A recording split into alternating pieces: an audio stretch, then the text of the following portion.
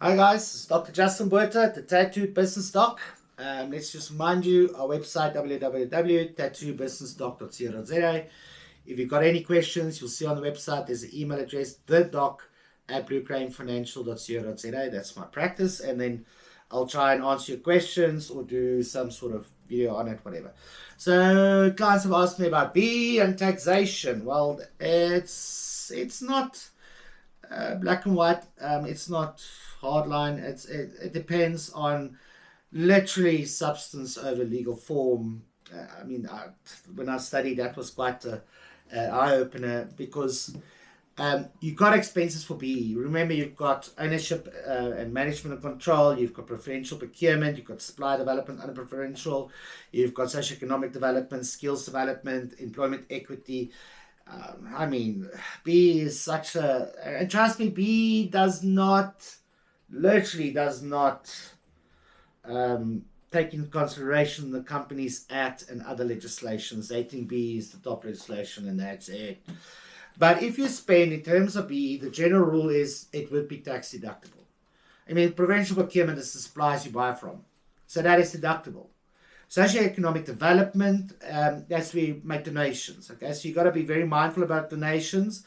Make sure the organizations are registered and accredited, and they can issue a Section 18A donation certificate, all those kind of things.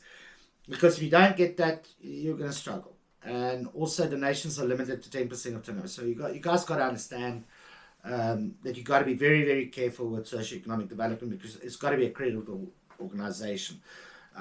So there's a lot in there because if you not just that, but if you're a toy store and you give toys to people, or a clothing store, you give clothing to people, you are unfortunately gonna maybe have tax consequences in terms of that because it's not like you're giving money to someone to buy food or to do some sort of drive, maybe a cancer drive, maybe a reading and writing drive. I mean, I've seen some people taking mobile libraries into the townships and stuff like that. And there's also guys that do x-rays I've seen that's being sponsored and stuff like that by other companies. And it's also a lot of mines sponsor all sorts of different things, sporting events and even sporting events, all those kind of things.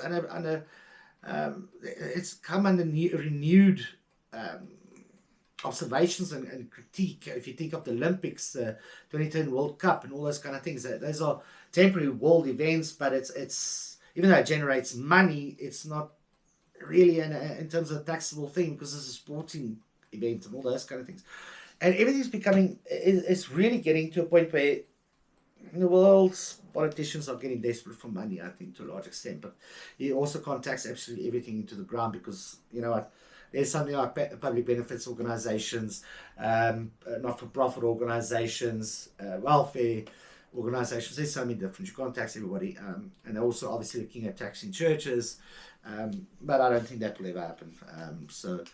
But everything has got an influence. And you can very quickly, by donating to the wrong place, whatever, have a problem with tax deductibility. And while I'm talking about donations, do also understand that trusts, okay, I don't like trusts. You'll never find me liking trusts. And trusts are also used in BEE. A lot of BEE transactions today is done with trusts, okay? It is just one of those things.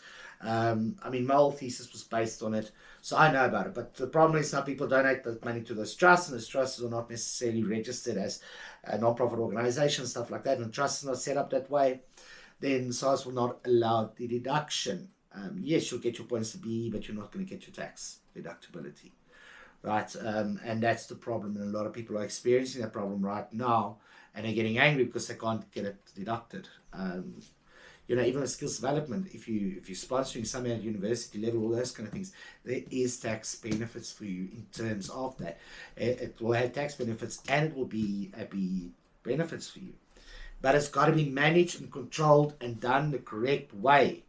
And you need to then engage with your tax practitioner and say to them, this is what we're doing. Is this the right road? Guys, and you've got to understand, there's a lot happening because the world's catching up to the world. And that's the reality. If you look at our company's law, I mean, I think Canadians worked on that. A lot of our tax laws now coming out of America, whereas it came out of the UK, stuff like that. We've been moving around to literally see how the rest of the world's taxing their citizens to death, and we're doing the same thing. Even though our tax base has shrunk to almost next to nothing. It's a big problem. The minister did say that this is becoming a massive problem because the tax base of this country is so small. You're looking at less than 5 million. It is small. Yes, the active people that's got tax numbers, everything else, much more than that.